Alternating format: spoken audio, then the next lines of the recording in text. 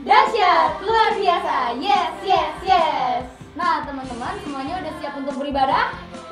Oke, sebelum mulai ibadah, kita perlu siapin 4 hal. Apa aja, Kak? Yang pertama, Alkitab. Yang kedua, buku catatan. Yang ketiga, alat tulis. Dan yang keempat, bimbingan orang tua.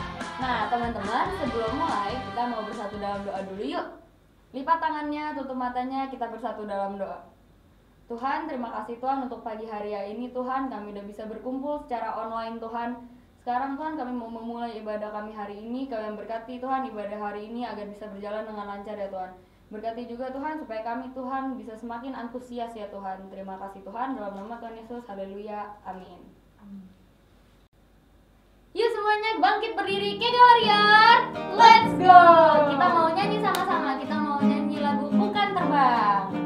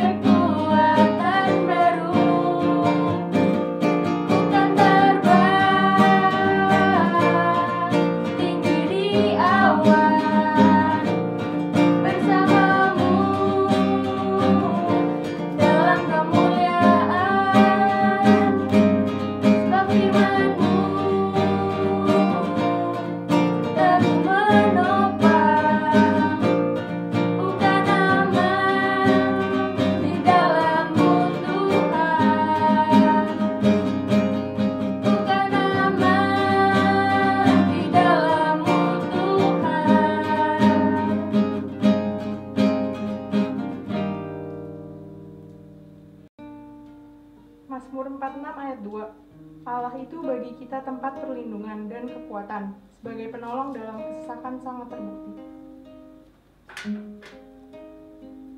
Yuk kita sekarang sama-sama mau datang sama Tuhan. Kita mau bilang selain Kau tiada yang lain Tuhan.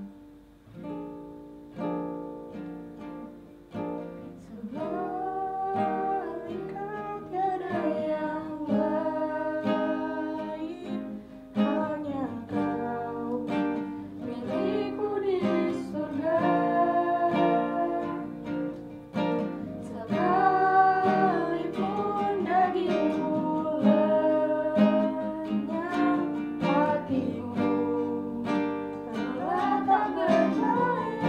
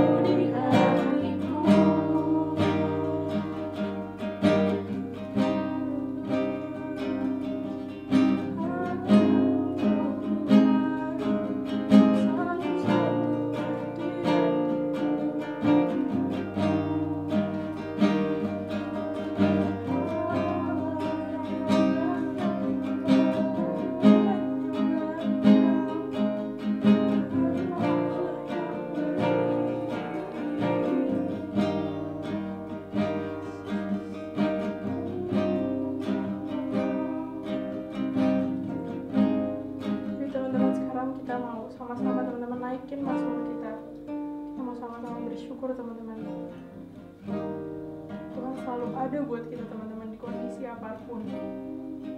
Di saat kita jauh teman-teman, Tuhan tuh selalu ada bersama-sama dengan kita. Tuhan gak pernah ninggalin setiap kita teman-teman.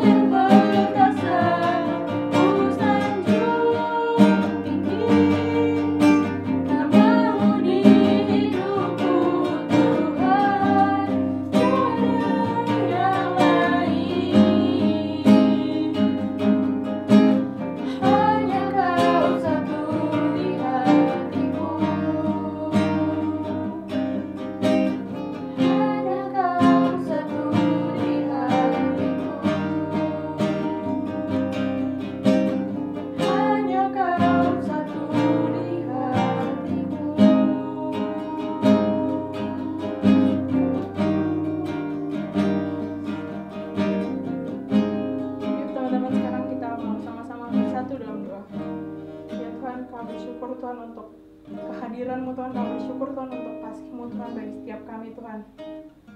Kami siap Tuhan untuk mendengarkan firman-Mu Tuhan, biar Roh-Mu Tuhan ada di setiap hati kami Tuhan, supaya kami bisa sama-sama duduk diam Tuhan mendengarkan firman-Mu Tuhan. Berkati kakak Tuhan yang akan sharing firman Tuhan, supaya perkataannya Tuhan bisa menjadi perkataan-Mu Tuhan dan bisa tertanam di hati setiap kami.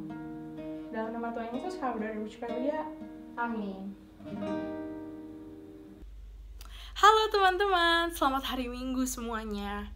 Nah teman-teman, sebelum mulai dengerin firman, aku mau ajak teman-teman nih, yuk kita sama-sama bersatu dalam doa dulu.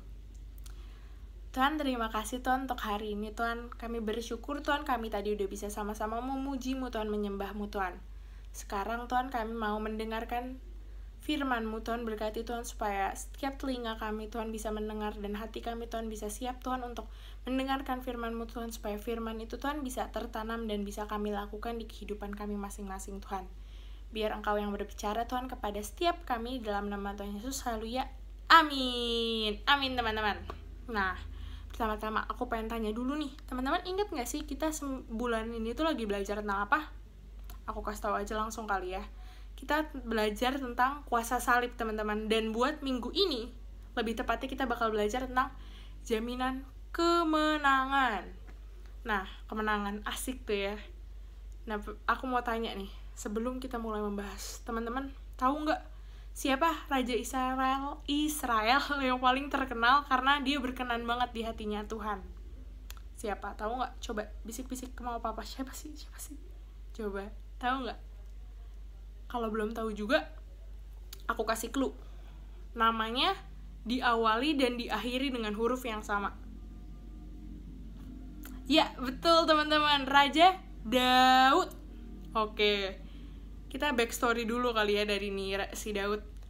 Jadi si Raja Daud ini dipilih sama Tuhan buat menjadi raja di usia yang cukup muda lah ya teman-teman.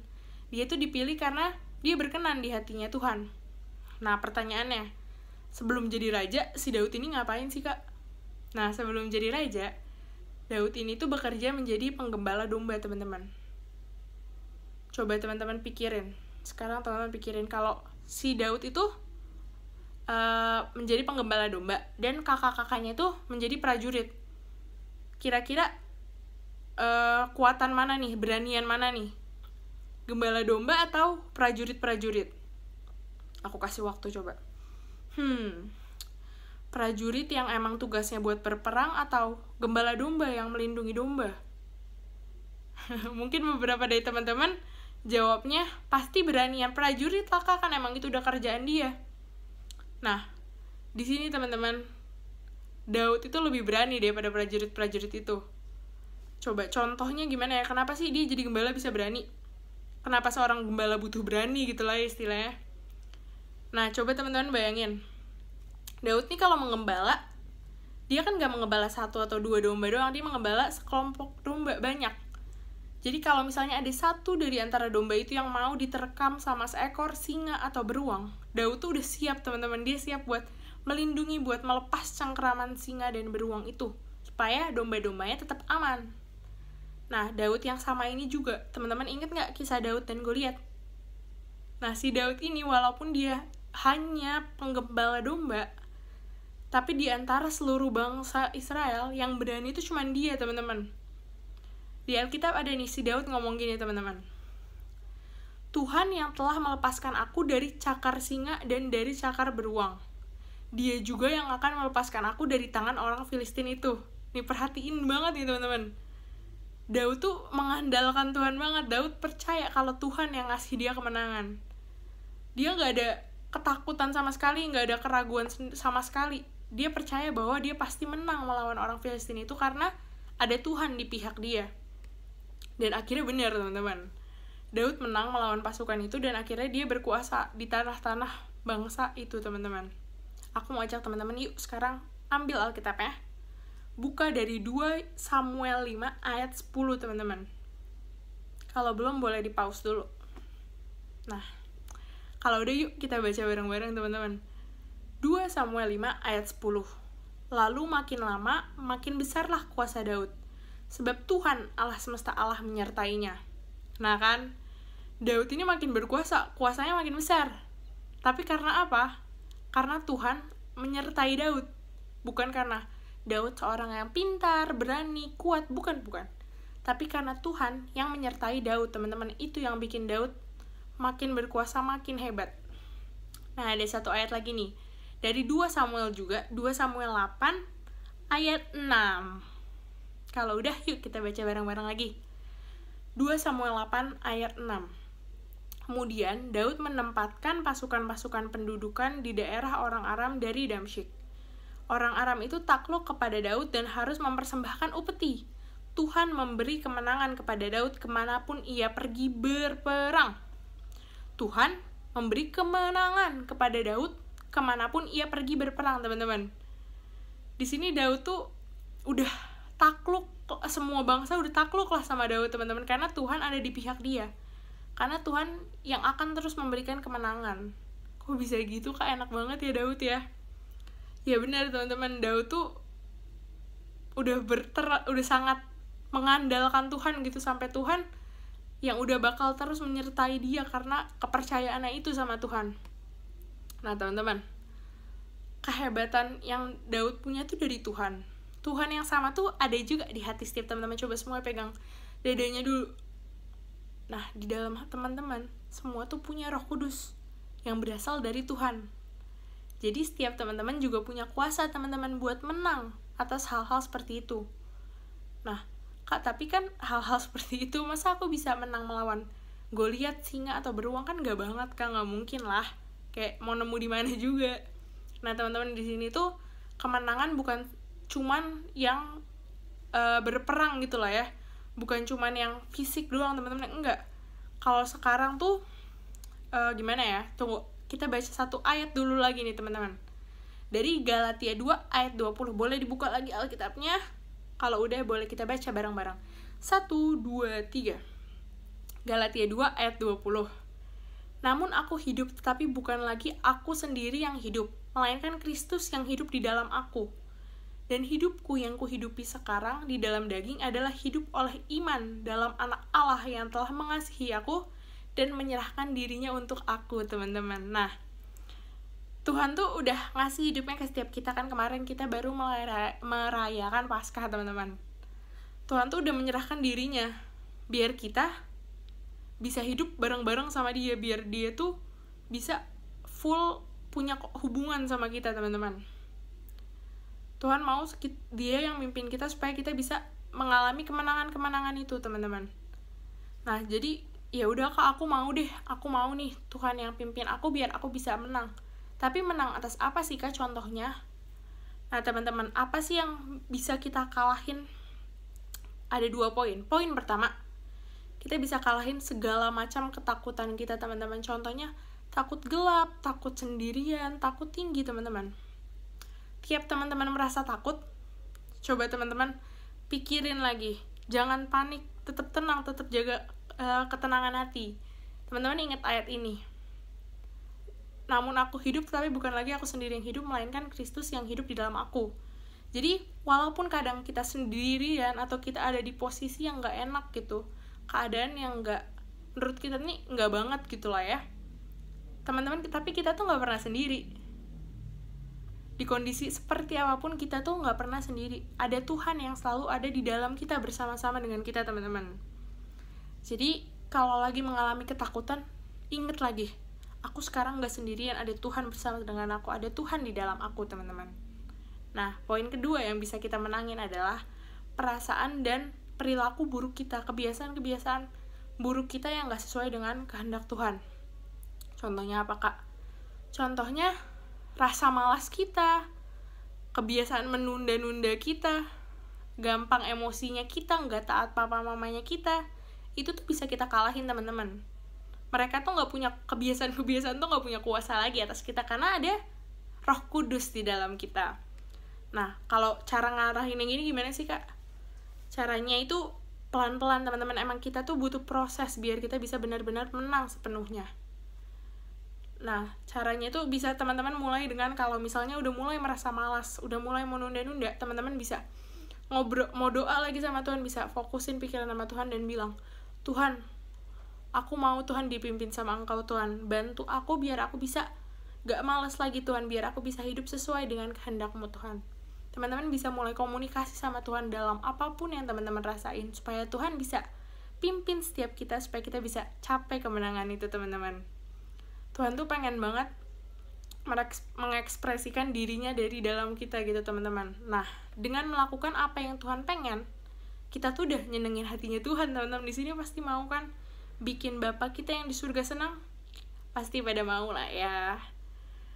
Nah, kuasa yang Tuhan kasih ke Daud sehingga Daud bisa memenangkan semuanya itu Tuhan kasih juga ke setiap kita, teman-teman. Jadi kita tuh juga punya kuasa yang sama. Kita tuh bisa juga menjadi pemenang yang sama kayak Daud, teman-teman. Nah, jadi aku mau remind lagi nih. Setiap kita tuh hidup udah gak sendiri. Setiap kita tuh ada Tuhan, ada Roh Kudus di dalam diri kita, sehingga kita bisa mengalami kemenangan-kemenangan, mengalahkan hal-hal dunia seperti ketakutan kita dan juga kebiasaan-kebiasaan buruk kita, teman-teman. Nah, hari ini ada ayat hafalan, teman-teman, dari 1 Yohanes 5 ayat 4. Kita baca bareng-bareng, habis itu teman-teman boleh hafalin dulu. 1 Yohanes 5 ayat 4. Sebab semua yang lahir dari Allah mengalahkan dunia, dan inilah kemenangan yang mengalahkan dunia, iman kita. Oke, ini ayat hafalan kita buat minggu ini, teman-teman boleh dihafalin, terus nanti kasih tahu ke mama papanya buat ngecekin satu-satu, oke? Nah, ya udah teman-teman, aku mau ajak teman-teman buat yuk kita sama-sama bersatu di dalam doa. Tuhan, aku bersyukur Tuhan untuk hari ini Tuhan. Aku udah bisa percaya Tuhan, aku udah bisa mendengar Tuhan bahwa ada Roh Kudus-Mu Tuhan di hati setiap kami Tuhan, sehingga kami Tuhan bisa mengalami kemenangan-kemenangan Tuhan bersama dengan-Mu Tuhan. Aku mau Tuhan dipimpin oleh Roh Kudus-Mu Tuhan. Aku mau mengandalkan Engkau saja Tuhan. Aku hidup udah gak sendiri lagi Tuhan, tapi ada Engkau yang ada dalam aku. Biar Engkau terus yang akan memimpin setiap jalanku Tuhan, setiap apa yang aku lakukan Tuhan, sehingga aku bisa mengalahkan ketakutanku Tuhan, mengalahkan kebiasaan-kebiasaan burukku Tuhan. Bantu aku Tuhan, biar Engkau terus yang akan berkuasa di hidupku Tuhan. Mari kita angkat kedua tangan kita teman-teman. Terimalah berkat dari Allah Bapa, cinta kasih dari Tuhan Yesus Kristus yang telah menyerahkan hidupnya. Terimalah penyertaan Roh Kudus yang akan menyertai kita dari dulu, sekarang, hingga selama-lamanya. Dalam nama Tuhan Yesus, haleluya, amin. Oke teman-teman, jangan lupa ya buat terus tiap hari berdoa saat teduh dan baca firman teman-teman. God bless you teman-teman, sampai berjumpa minggu depan. Dadah.